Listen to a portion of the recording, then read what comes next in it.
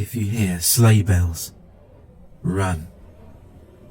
I can't think of anything else to say apart from run.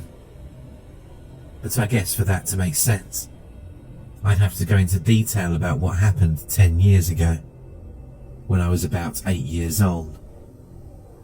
I've always loved Christmas, ever since I was able to understand the word Christmas. Even the name sounds festive. I'd grown up with every story and song about good old Saint Nick and the warm holiday imaginable. And in short, one day, I decided that I'd see him for myself, as most kids with the same upbringing often considered. I prepared for at least a week, navigating around potential landmines like parents being awake, or being caught by the jolly fat man himself, or even just leaving evidence that I was ever there. I decided that I'd venture downstairs at 3 a.m, armed with a blanket and some black coffee to keep me awake, although I couldn't stand the bitter taste, and often found myself wanting to regurgitate every time I took a sip. When the day finally came, oddly enough, I found myself hearing Santa Claus is Coming to Town playing just about everywhere for just about as long as I could stand. I heard the lines, "He sees you when you're sleeping. He knows when you're awake. He knows if you've been bad or good," over and over again. But I guess something just didn't click. And I really wish it had. I really, really wish it had. Because that night, I saw something I desperately wish I could unsee. Even now, hearing the sound of a sleigh bell, I reflexively recoil, as if I expect something deadly to appear consecutively. The air that night was stiff and chilly.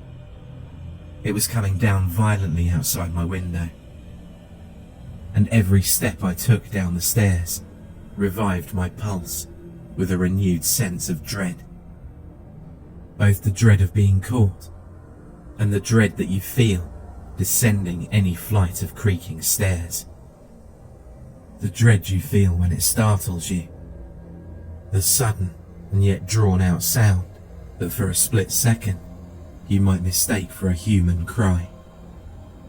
And yet, I continued down the stairs until I reached the place I'd be hiding. A small nook between the wall in the living room, the sofa and the radiator, from which I anticipated being able to discreetly witness Santa's arrival. And so I waited there, and I waited, and I waited. I must have been through at least my second shot of my black coffee, certain that I'd been there for at the very least 2 hours, when I glanced at the time. And to my horror, not 1 minute had passed. Not one. It was still 3 a.m. I thought certainly that the clock must have been wrong. Certainly. Yes, surely that clock was broken. I'd literally been counting seconds upon minutes, waiting for anything to happen. I'd almost convinced myself that time had passed, and that the clock was stuck for whatever reason. I'd almost been successful in calming myself down when I noticed the wind had stopped. The wailing sound of the wind, which resembled a human scream, and the occasional knock of an angry gust on any of the closed windows, had completely halted. It was silent. Completely silent. So silent, in fact, that all I could hear was the sound of my shaking breath. A silence so loud that it accentuated the darkness. Every shadow, every dark corner seemed to reach for me at once, as if trying to swallow me up too, and all I could hear was my own increasingly struggling breathing. And I stayed like that until I heard it. Something which shattered the silence, once more breaking the comfort I'd settled into, and cutting through me like the jagged end of a cold knife. It was a jingle, a soft, rhythmic chime, set to the slightly crooked gate, that sounded more like someone dragging themselves around by their elbows than like walking. My first thought when I heard the unmistakable chime of the sleigh bells was that Santa was finally here. But as the sound grew closer, I noticed it was accompanied by a soft whimpering sound, which sounded close enough to human to be recognizable, but inhuman enough for me to be unable to tell how old the voice was, or how feminine or masculine it was. My pulse quickened anew. This wasn't Santa. With each dragging step, the sleigh bells only grew louder, and the whimpering became more clear. He sees when you are sleeping. It sounded even less human than the whimpering had. The speech was broken up, distorted. That thing spoke as if it was literally choking on its own lung. Step, chime. The darkness was swallowing me up once more, eating away at my sanity. I found it difficult to breathe. It was getting closer, and the crooked melody of the sleigh bells only grew louder. I held my breath between every pause, for every step, every agonizing second before I heard the next chime. He knows when you're away. Step, chime. He knows if you've been bad or good. It was close, so close. I didn't know where it was, but it was so close. I could feel the air beginning to suffocate me, each chime stealing my breath more violently than the last. I could almost make out what it was saying now. Its voice was so grossly distorted. It sounded like an animal trying to speak, while choking on its own blood. Creak, chime, and with that, I saw it. It finally came into view, and stared straight at me. And more violently than ever, I fought to keep the coffee and my dinner down. Skin was stretched tightly over its face, grey and leathery, with its mouth twisted into a sinister smile, or as close to a smile as it could be called.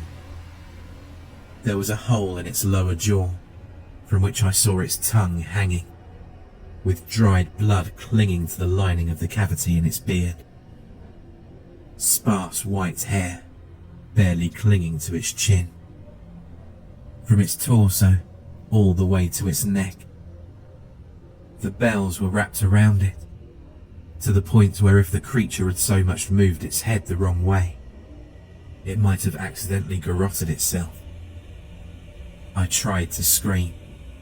I tried to move, but the silence had already devoured my cry, and the darkness already crushed my limbs.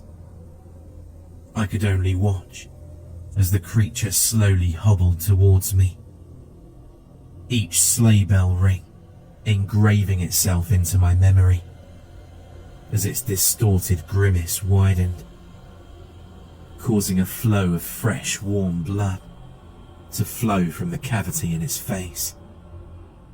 Good boys shouldn't be up at this hour. Time suddenly resumed, and in a moment, with some inhuman strength, the creature had torn me from my nook and thrown my limp, petrified body into a wall. The doors and windows clattered with the angry gusts of wind and snow. Billowed in from the window the creature must have entered, chilling my body. I tried to look up. I tried to breathe. But before I could try to cry out again, a chain of sleigh bells was wrapped around my neck. The freezing metal dug into my skin and choked me. My eyes began to roll back as I frantically grabbed at them in the darkness. And my God, the ringing. I could hear them. They chimed as they cut off my air, darkening my vision. Intermingled with my choked off sobbing, the bells almost sounded like screaming. And the screaming of the bells, that which sounded like other children, all crying out together to make the bell sound, before it all faded to cold, unconscious silence, which was the last thing I heard. I awoke upon the cold floor, with half a pitcher of coffee clutched tightly in one hand, and the blankets wrapped around me with the other. I exhaled quietly, relieved it had all been a dream, and proceeded with my day as normal. I'd almost convinced myself it had never happened. That is, until my mother asked me where that bruise around my neck came from. And outside, I heard a single sleigh bell ring in the darkness of the early winter morning.